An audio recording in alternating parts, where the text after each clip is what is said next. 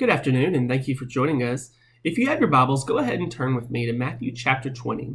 We're going to look at the laborers in the vineyard, a parable that's a kingdom parable. It's about the church. It's about in particular, this one is about the reward we will receive after our labors. Now, in Matthew chapter 20, starting in verse 1, we begin by reading that for the kingdom of heaven is like a master of a house who went out early in the morning to hire laborers for his vineyard. After agreeing with the laborers for a denarius a day, he sent them into his vineyard. And going out about the third hour, he saw others standing idly in the marketplace. And to them he said, "You go into the vineyard too, and whatever is right I will give you." So they went. Going out about the 6th hour and the 9th hour, he did the same. And about the 11th hour, he went out and found others standing. And Excuse me. And he said to them, "Why do you stand here idle all day?" They said to him, "Because no one has hired us." He said to them, "You go into the vineyard too." And when evening came, the owner of the vineyard said to the foreman, "Call the laborers and pay them their wages, beginning with the last up to the first." And when those hired about the 11th hour came, each of them received a denarius. Now when those hired first came, they thought that they would receive more, but each of them also received a denarius. And on receiving it, they grumbled at the master of the house, saying, "These worked only 1 hour, and you have made them equal to us who have borne the burden of the day and the scorching heat." But he replied to one of them, "Friend, I am doing you no wrong. Did you not agree with me for a denarius? Take what belongs to you and go. I choose to give to this last worker as I give to you. Am I not allowed to do what I choose with what belongs to me? Or do you begrudge my generosity?" So the last will be the first, and the first last. Now there is a lot in this parable. It shows us several different things, including, as the end saw, the fact that God is a very generous God. And to go ahead and pull out the key players, we have 3 things we need to look at. The first thing is the kingdom of heaven is likened to a master of a house. We see this is talking about the church. The master of the house is Christ himself. The hirers are the laborers, are us. We are those who are going to labor for Christ, for the master of the house. And the vineyard itself is the church. So we have this threefold parallel that Christ is making. He says, you know what? I am the master, you are the laborers, and the vineyard where you're going to work, that's the church. That's the field which we tend our services. Now, going through this again, there's a few things I want to point out before we really break down each part. The first thing is that this is an agreement made between people who have the capability, who have the means to actually make agreements. If I went to my 3-year-old Liliana right now and I said, "Hey, you know what? I'm going to give you $1 a day, and you're going to go out and you're going to work all day in my fields, and you're going to mow my yard and do all this stuff for $1 a day." She'll say yes. To her, $1 is a lot of money. She will tell me she's going to go buy 2 baby dolls with it, and she'll be as happy as pink, happy as all get out. But the reality is she has no clue how unfair that is. She has no clue how long a day is. She can't really rationalize and make a decision that will really be true. And the short of it is that she'll go out there for 5 minutes. She will do some little thing, and then she'll come in and say, "Daddy, I'm done." And I will give her $1 because she's my little girl. But she has no clue what she actually agreed to. Today, so many people in the world think, "Oh, well, you know what? We can baptize babies. We can, force." And that's really what we're doing. And I know they don't think of it that way. They don't consider what it actually is. But we can force young children who have no understanding of the eternal consequences of the actions that they're taking. We can force them into a lifetime decision to serve God. Now, God doesn't want that. He doesn't want us to make the decision for someone else. He won't make that decision for someone else. But he also says that that's not how it works. You look at this parable and you see in the very beginning, Jesus went out and the master of the house bargained with individuals. He says, here's what I'm doing. Here's my offer. And they said, well, here's what we'll do. They came to an agreement. And upon that agreement, a contract was formed. In our country, you have to be 18 for a contract to be legally binding. We understand that small children cannot fully comprehend what they're doing. So how could we ever expect a baby to understand what it means when they're baptized without any knowledge of what's going on? So the first thing this parable teaches us is this is between people who have the ability to reason and to make a decision, excuse me, to make a decision for themselves.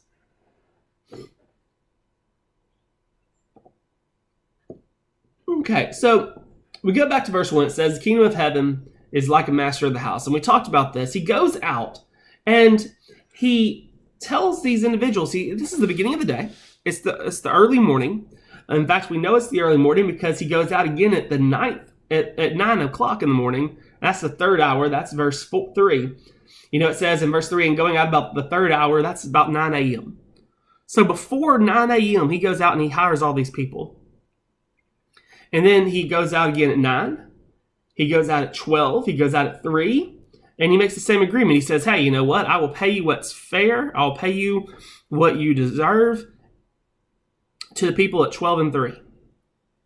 And then he goes out right before the day's over. It's 5 o'clock, the 11th hour. He goes out and he finds some people. And this is what I think is really interesting. He finds these people. They are, standing about all day. They are looking for work. And we'll talk about that a little bit more in a minute. But they are looking for work. And he says, hey, why are you standing here idly? And he goes, well, we haven't found anything.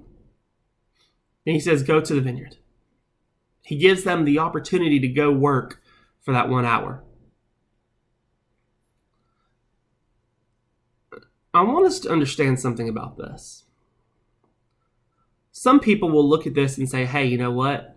Why would I be a Christian my whole life? There's all these rules. There's all these regulations. There's all these things, Oh, I can't go party with my friends. I have to worry about this. I have to worry about that. Why would I be a Christian when this parable right here, this parable teaches me that I can wait to the end of my life. I can wait until I'm on my deathbed. And I can simply say, oh, God, forgive me. And my reward's the same. I want us to realize something. First off, if I have waited, and I choose not to judge people's hearts. That is God's command. That is what God has instructed us to do, to not judge the heart of an individual. He is our ultimate judge. But I want you to really ask yourself the question, if I have gone my entire life purposefully denying being obedient to God, if I've gone my entire life with the brain, with the mind that I'm going to wait until the very last second, am I genuinely being faithful to God at that last moment? Am I genuinely accepting God's will for me at the end, if it's planned? If it's I got you, God, I did what I wanted and served you too. I'll leave it up to God. I will let him be the judge. I'm not denying that there are some very good individuals who, upon learning the truth, repented of their sins, were baptized for the remission of those sins, and were baptized, and then sad reality is they face death shortly after. These events happen. There are occasions where people do realize the truth and come to their senses at the very end of their life. But if you are going through your life with the intent purpose of saying at the end, I'll get it right, can you really claim that you had the faith and the obedience towards God that he demands of us? This parable is not teaching that it's okay to have a deathbed confession. It's not teaching that it's okay to wait till the end. What it teaches is that there are individuals who search their entire lives. Look at what it says again in verse 6. Reading that, we'll start in there. It says, "And about the 11th hour, he went out and found others standing, and he said to them, 'Why do you stand here idle all day?' They said to him, 'Because no one has hired us.'" They were looking for someone to hire them. These are people, and this is, again, we see this at the 3rd hour. There are people standing idle in the market. We see it at the 6th hour, the 9th hour. There are people standing idle. The understanding here is that these are people who have been standing in a place where they are looking for work. They're idle, not in that they're not looking. They're idle in that they are not able to work yet. They haven't found someone that will take them and give them an opportunity to work. But they're actively searching. The point of this parable is that the invitation is open to us at all points in our life. Some people are going to find that opportunity at the very beginning when they're young. Some people, like myself, were blessed with faithful parents who taught me and showed me and brought me to church. And, I grew up understanding that God was important and that there are things I needed to do and needed to know to serve Him. At a very young age, I learned the reality of my state. I understood that I needed to come to God. I understood that I needed to have my salvation through His grand plan. And I made a commitment to Him at a young age. Some people, I have a friend who, went through his whole life in a denominational world where he thought he knew what was right. And he was looking, he was studying, he realized, hey, this isn't right. And in college, he came to the understanding, hey, here's what I need to do. Some people are waiting until they're married. They live their life and then suddenly they meet the right person and they're studying with them. They're getting ready to plan their life together and they realize, oh, hey, I'm 35 years old and I'm married and I'm having some children on the way. And you know what? This whole Bible thing, this whole God thing, maybe I need to look a little bit more into it. Maybe I need to study more. So 35, 36, 37, these people realize, oh, hey, I need to turn myself over to God. Some people only find out about it near the end. They've lived long lives that they cry themselves to sleep over, ashamed of what they've done. But at the end, in the last hours of their life, in the last years of their life, they say, hey, you know what? I found truth. I've been looking my whole life for this. And that's the reality. These are people who have been looking for God. They're standing, they're waiting for the opportunity. And when that opportunity comes, they take it. They don't say, oh, hey, thanks for the opportunity. I'll get back with you, at the end of the day. When the opportunity arises, they take it.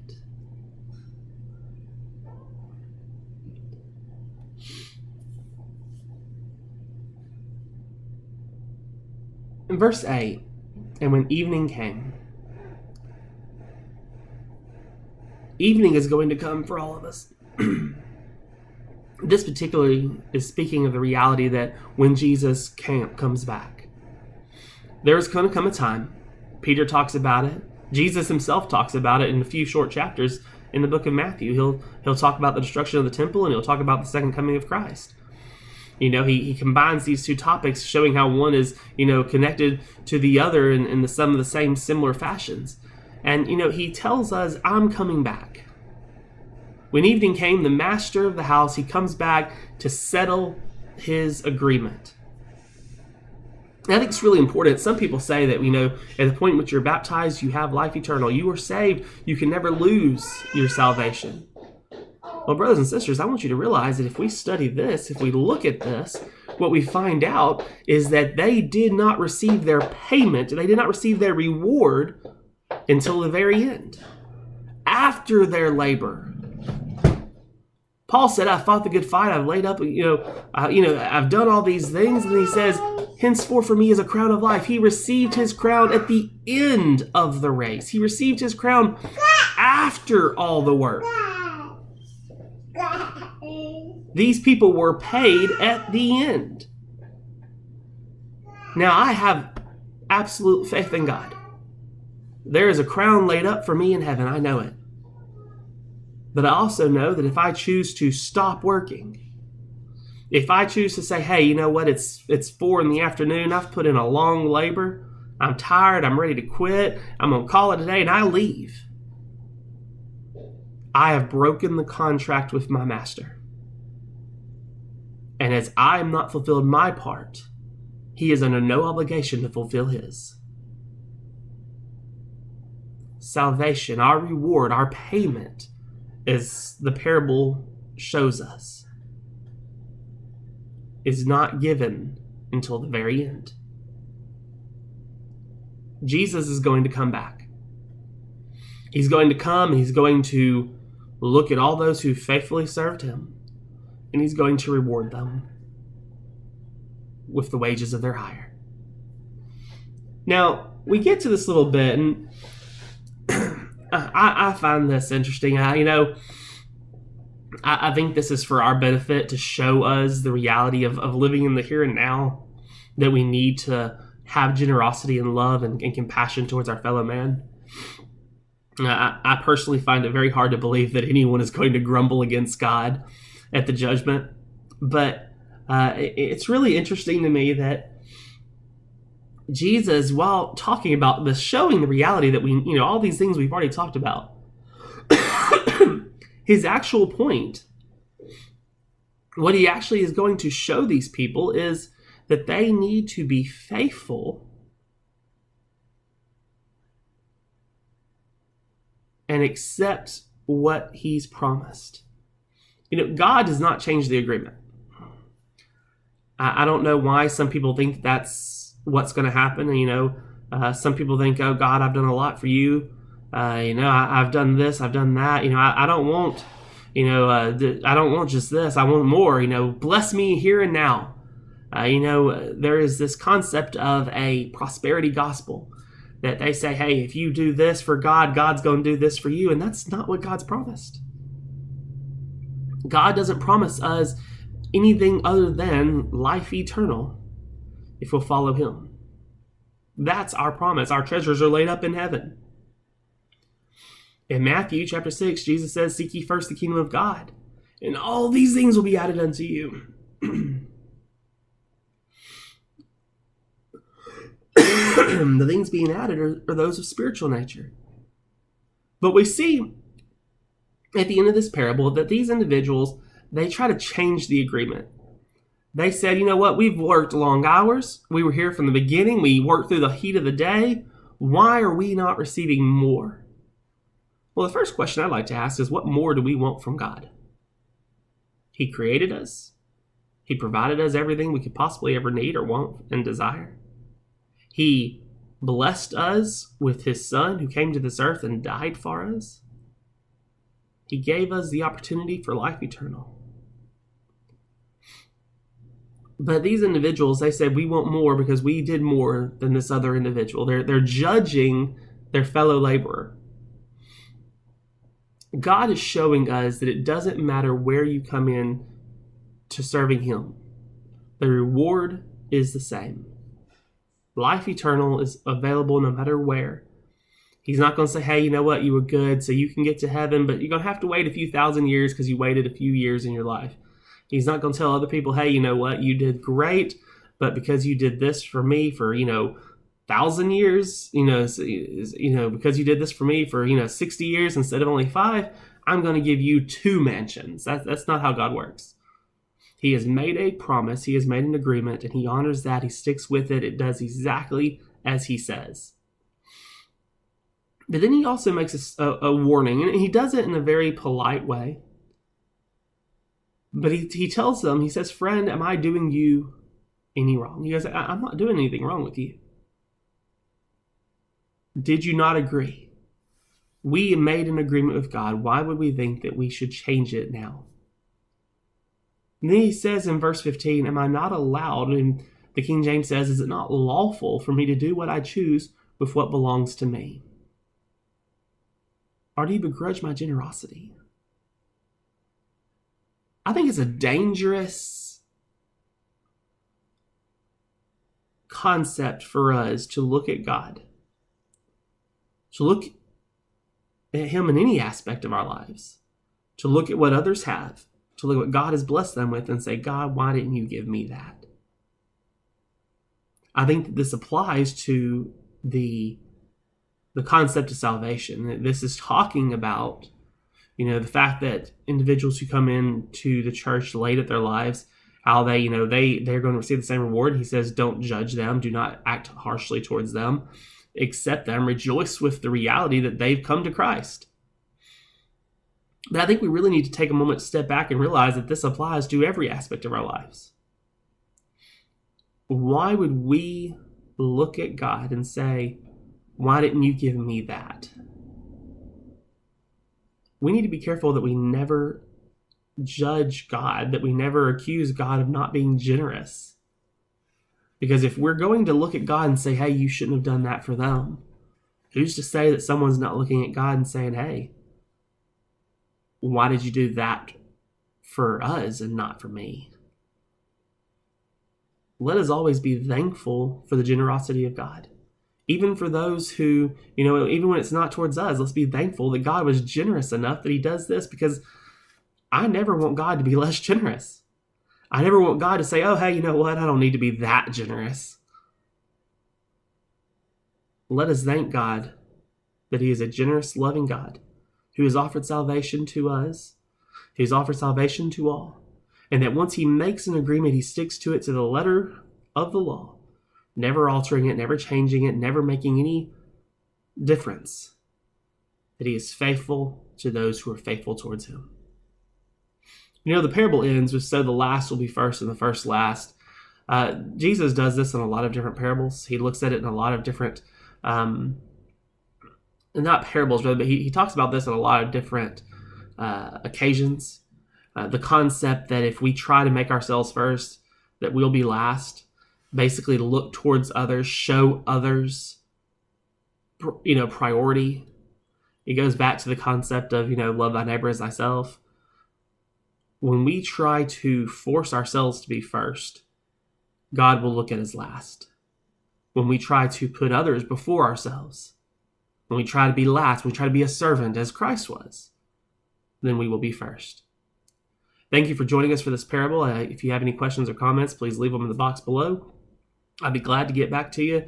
And, you're always welcome to send me a private message. Thanks again.